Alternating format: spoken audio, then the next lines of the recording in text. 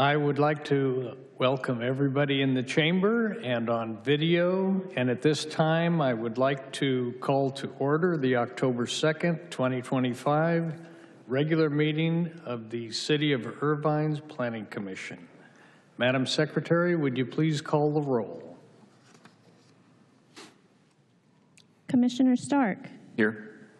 Commissioner Park is absent this evening. Commissioner Lynn. Here. Commissioner Grossman. Here. Commissioner Delacusac. Here. Vice Chair Bhatia is absent this evening. Chair Pearson. Present. We have a quorum. At this time, I'd like all those that can stand to do the Pledge of Allegiance to our flag. Put your hand over your heart and begin. I pledge allegiance to the flag of the United States of America and to the republic for which it stands, one nation, under God, indivisible, with liberty and justice for all.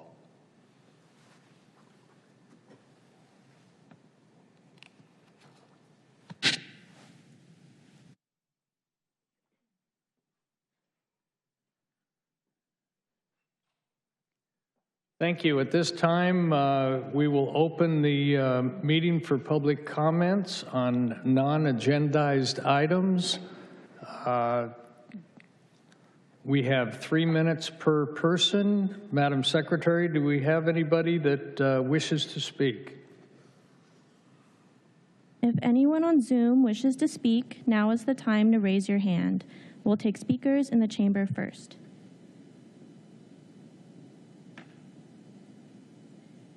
Chair Pearson, we do not have any public comments on non-agendized items. Thank you very much. I will now ask the director if there's any introductions this evening. Chair, we have no introductions. And director reports. I understand that we have something. Yes, thank you, Chair. Let me bring up our report real quick.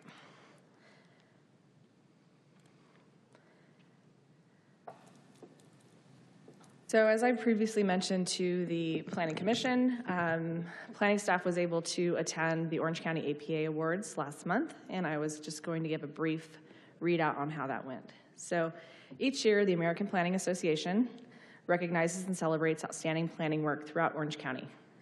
The 2025 Planning Awards honor innovative plans and projects, distinguished individuals, and other contributions to the planning profession. This year, 2 Irvine projects were selected as award recipients at the ceremony held last month. The City of Irvine received the Award of Excellence. The Daniel Burnham Award for a comprehensive plan is presented annually to a comprehensive plan or general plan that advances the science and art of planning. The award honors America's most famous planner, Daniel Burnham, for his contributions to the planning profession and to a greater awareness of the benefits of good planning. The City of Irvine 2045 General Plan demonstrates the jurisdiction's advancement toward a safe, strong, and more equitable future. In short, the 2045 General Plan adopted by the City Council in August 2024 provides a solid roadmap for Irvine to develop with greater sustainability and multimodal mobility while simultaneously addressing the 6-cycle regional housing needs assessment allocation and ensuring compliance with the adopted and certified 2021 to 2029 housing element, with a focus on placemaking and the introduction of proximity villages located near existing transit centers. The 2045 General Plan encourages the creation of human-centered communities, offering residential and non-residential uses, in addition to active and passive open spaces and connectivity to encourage a more walkable and bikeable community. The 2045 General Plan truly builds upon the best elements of the original master plan established over 50 years ago to uphold the high quality of life standards expected from Irvine's residents, businesses, and visitors. Accepting the award on behalf of the city were Chris Chung, San Mario, our consultant Hida Mosesman, Tiffany Lynn, Justin Akina, Alyssa Matthews, and Marika Pointer. The second award that was presented was an award of merit, and it was a transportation planning award. This award honors efforts to increase transportation choices for all populations, including dependence on private automobiles and helping ease congestion and reducing climate change impacts. The South Yale Corridor Improvement Project in Irvine evaluated a half-mile section of Yale Avenue between the I-405 freeway and University Drive to optimize roadway space for community needs through extensive public engagement and strategic planning. The project evaluates separated cycle tracks, enhanced walkways, and crosswalks with flashing beacons, improving lighting, curb ramps, and designated parking zones for the local middle school, while reducing vehicle travel lanes to promote traffic calming and safer speeds. These improvements aim to enhance safety, reduce traffic congestion and pollution, provide multimodal transportation options, strengthen connections to the city's trail network, and improve overall quality of life for the residents. The project's significance lies in its comprehensive community engagement process, including a one-day demonstration event, and its collaborative approach to developing a solution that balances safety requirements with the diverse needs of local users, cyclists, pedestrians, and drivers. City staff within the Public Works and Sustainability Department is currently finalizing the design of this project and will be actively seeking grant funding for the construction phase. And accepting the award on behalf of the city were Melissa Dugan, who's in our Public Works and Sustainability Department, and Sunsun Maria. This concludes our update on the APA awards. Thank you.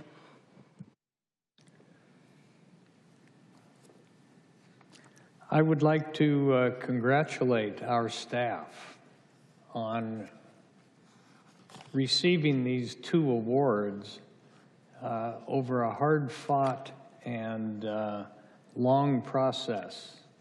And I'd open it up to any of my other commissioners if they'd like to say something. I would just like to say I think the awards are well-deserved. Congratulations. Thank you. Guys, you did a good job. Thank you. Okay, we'll move into announcements, committee reports, commission reports. Is there anybody that has got anything to report today? I don't see any on the dais here, so then we will move into asking if there are any additions or deletions. Madam Director? There are no additions or deletions tonight, Chair. Very good. Then let's move into the consent calendar. We have one item on the consent calendar tonight, and it's the 9/18/25 Planning Commission minutes. Do we have any public comments, Madam Secretary? If anyone on Zoom wishes to speak, now is the time to raise your hand. We'll take speakers in the chamber first.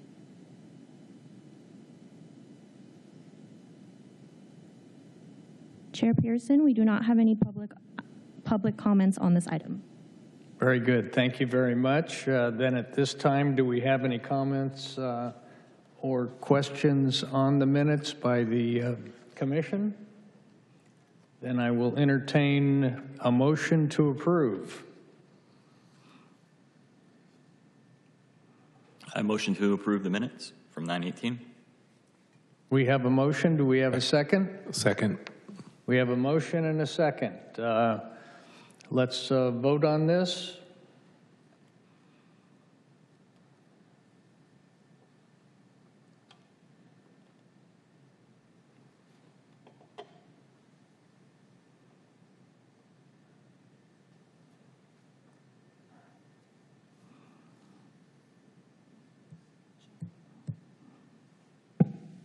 Chair, we don't have your vote recorded. Chair, your vote isn't coming up on the screen. There we go. There it is. Chair Pearson, the motion to adopt the minutes has passed with the 5 present and Commissioner Park and Vice Chair Bhatia absent. Very good. Thank you. Let's move into the public hearing process now. I will open the public hearings and request the introduction from Director Frady. Thank you, Chair. The item before you is a master plan modification for a health club with administrative relief for a reduction in required parking located at 3943 and 3949 Portola Parkway in Planning Area 1, Orchard Hills. Presenting tonight is Associate Planner Tiana De La Paz. joined by Principal Planner Ann Wu.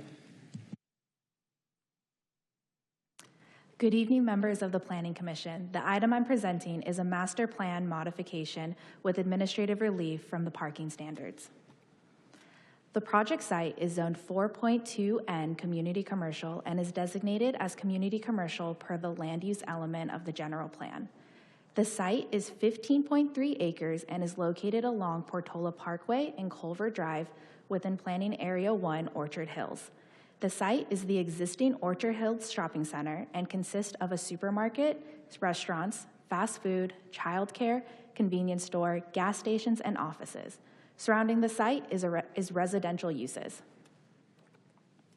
For some background, the original master plan for Orchard Hills was approved by the Planning Commission in December 2005. The conditional use permit was concurrently reviewed and approved that allowed the developer to choose to construct a drive-through pharmacy or increase the building square footage by 1,334 square feet. The developer chose the drive-through option, and the drive-through pharmacy window remains in place today. The previous pharmacy vacated the space in May 2022. The proposed project is a request submitted by Prasadi and Associates on behalf of the Irvine Company to modify the master plan to allow a health club use for Club Studio. To accommodate the health club, the proposed project will demolish the existing drive-through and expand the building by 1,407 square feet. The resulting tenant space for the health club is outlined in red. The health club will be a membership-based facility that offers a variety of amenities, including free weight and cardio machines and fitness classes offered on a rotating basis. Classes will be held in 3 large studio rooms, and attendance will range from 30 to 48 people. The hours of operation for the health club will be from 5 a.m. to 11 p.m. Additionally, the applicant is requesting administrative relief from the parking standard requirement of 598 spaces to provide 576 spaces. The parking requirement for a health club use is 1 space per 150 square feet, which is a higher rate than the previous rate set for the center. As a result, the addition of the health club would create a parking deficit of 22 parking spaces for the center. As such, the applicant is requesting administrative relief. To evaluate the potential for accommodating this deficit, the applicant provided a parking utilization study for the center. The study found the highest number of parking spaces occupied at any given time was 294 spaces. Therefore, there is a surplus of 282 spaces, which is enough capacity to accommodate the 122 spaces required for the health club.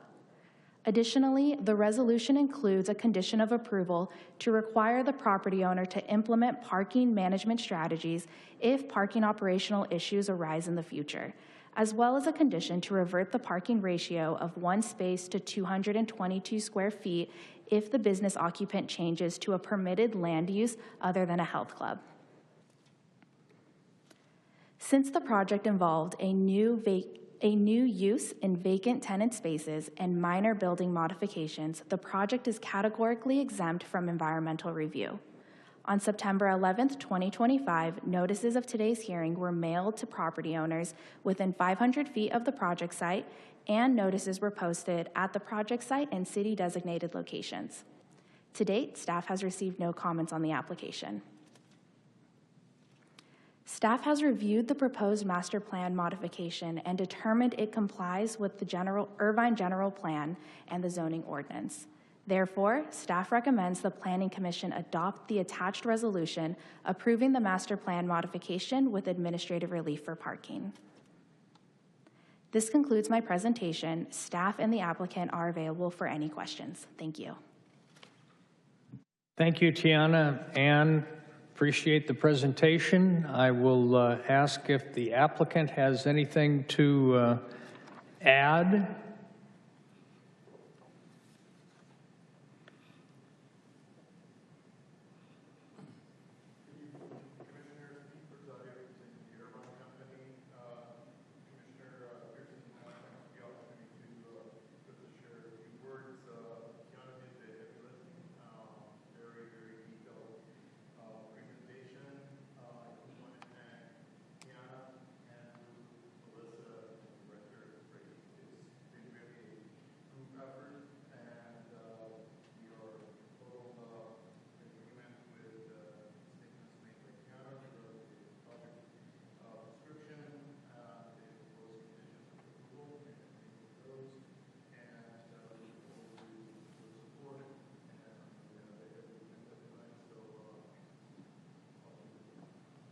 Thank you very much.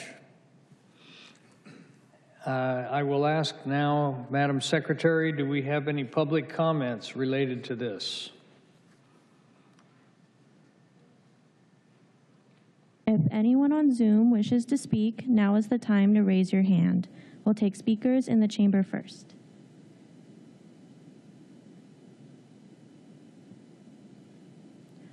Chair Pearson, we do not have any public comments on this item.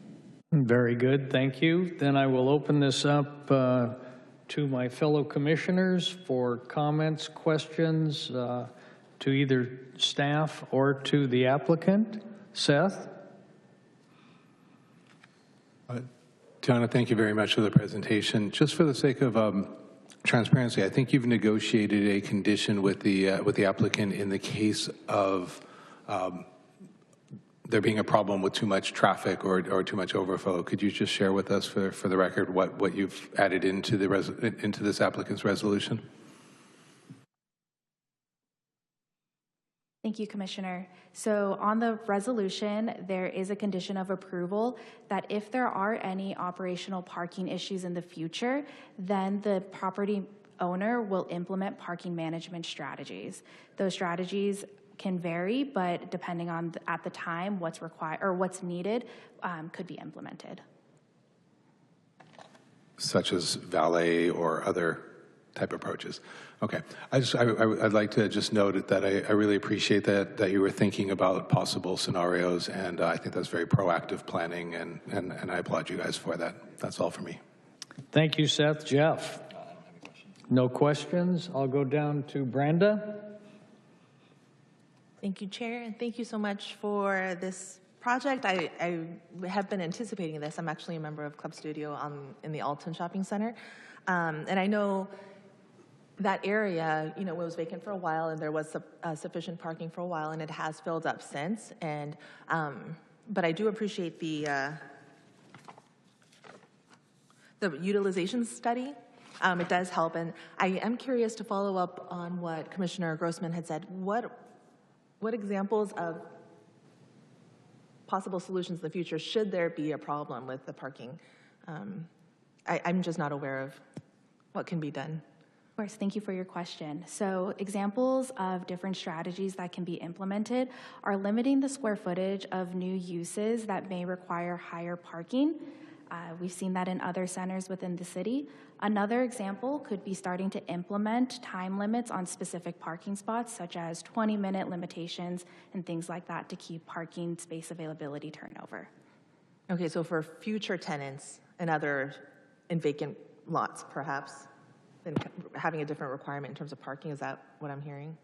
So it would be to limit the square footage of uses that would normally require higher parking rates. Okay, got it. And Commissioner Lynn, to add a little bit, complimentary valet parking is also a potential parking attendants that do stacked parking to really increase the available parking area on site. So should that designate arise. a certain area for valets, perhaps, and then just Yes. stack the parking? And have we seen that before in any other Irvine company? We have. Do you know which? I'm just not familiar with which ones. Off the top of my head, no, but I guess Pete is their expert, so I would defer to the applicant. Thank you, Commissioner Lynn. Yes, we have.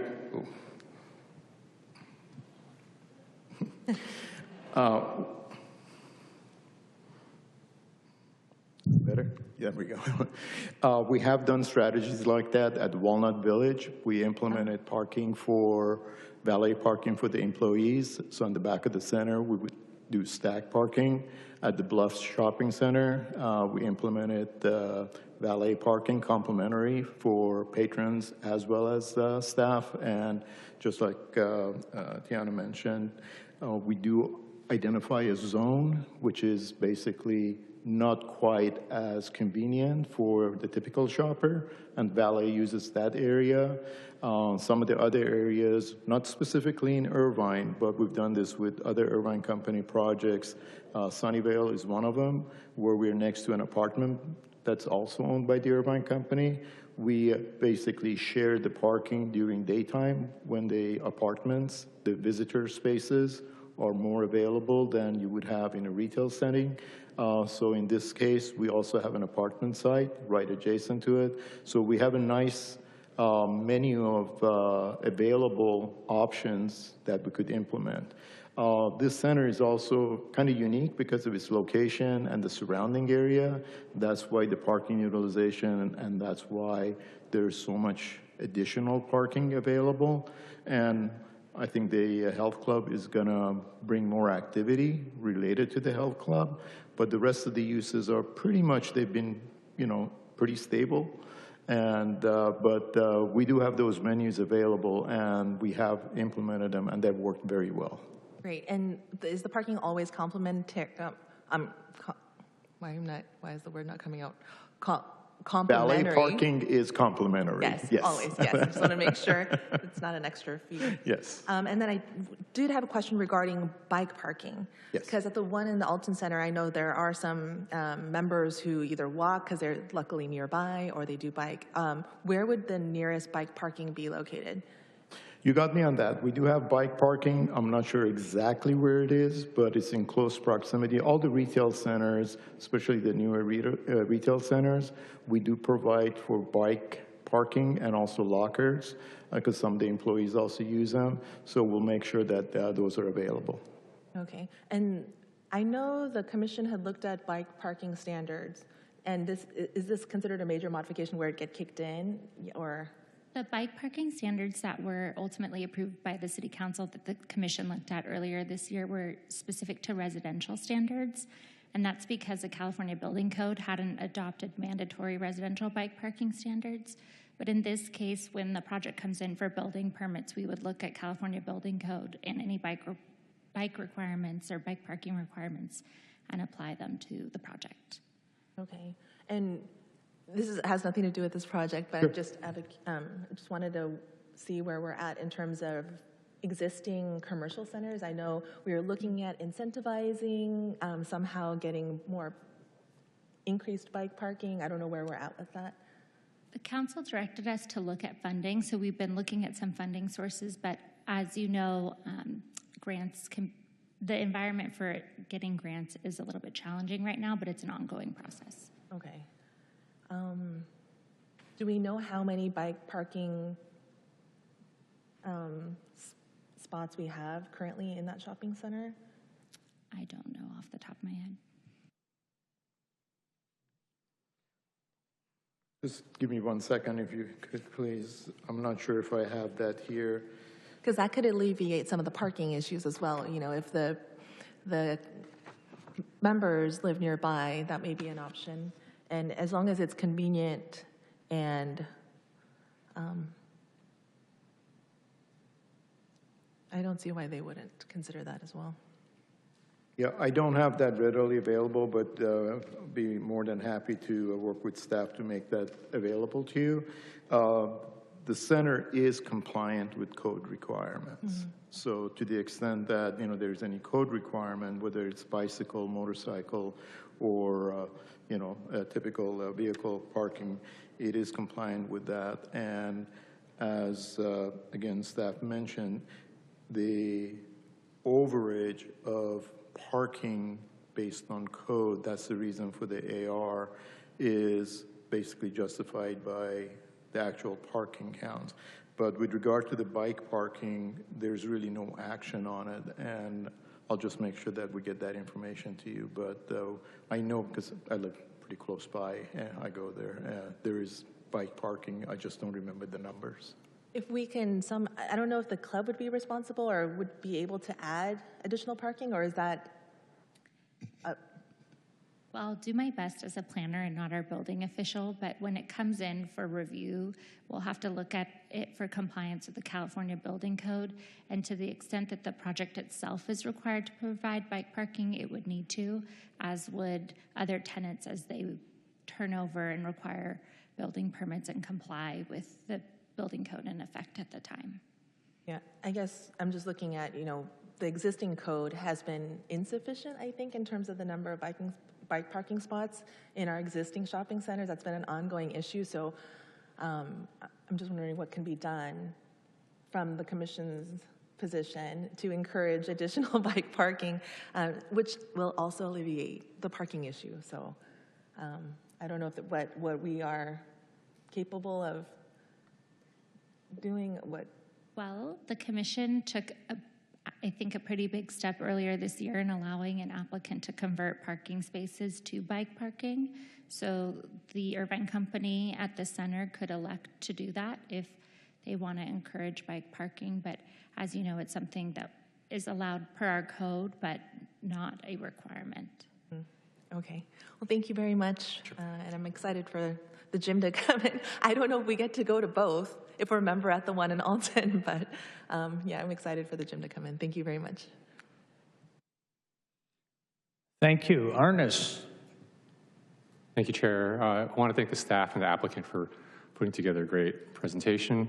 I have friends that live at North Park, Orchard Hills, and Northwood Point, and I know some of them have told me over the years they go to the gym, like down Jamboree, like in the marketplace. So I think this is a good location. So I think my friends could walk to the gym. So I think this is good for the roads, good for the people, and glad to see that a vacant location is being converted to promote health and wellness.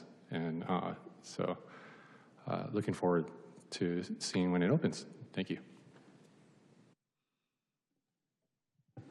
Thank you, Arnis. My only comments are I'm glad to see that we're going to have some tenancy in this facility. It's great to have support for our community, various activities in this center. The utilization study proves that there is, at this time, no impact to the parking. And with the conditions that staff has imposed, I believe we have satisfactory assurances that the operator and the ownership of the center will take care of the issues that could happen should we run into problems. I've looked at the drawings. I think, you know, it is a very good facility. I've seen the previous facility that is in our area, and it's of high quality. I think the ownership should be proud to have the health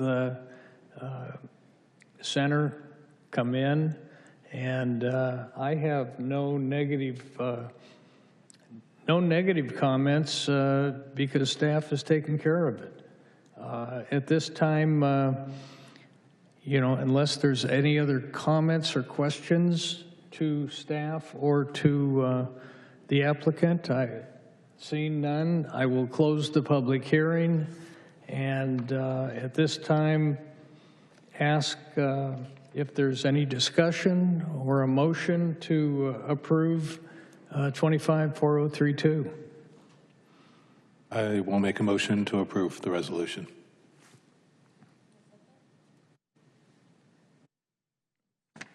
Second?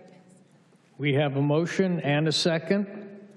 Let us go ahead and set us up to vote on this.